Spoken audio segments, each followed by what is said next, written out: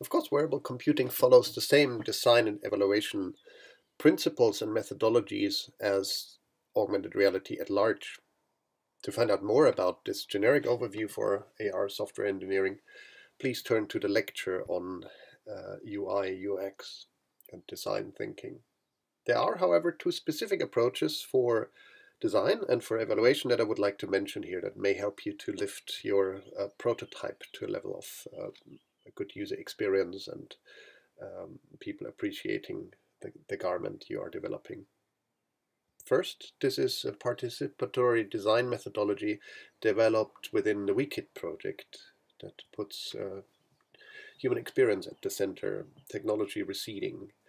The methodology developed is documented in a couple of deliverables where you would find an overview on little feature cards for hard features, soft features, process features that help you in design workshops you can run with your end users.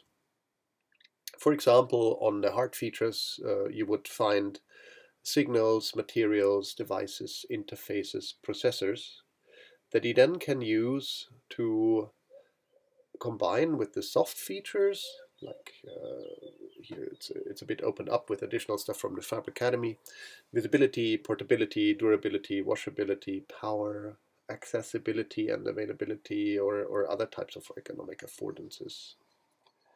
You can combine them then with using a mannequin for designing the garment, placing components to where the users think they best fit. You can have a discussion around them, and you could use the feature cards to make your way through the design space of opportunities.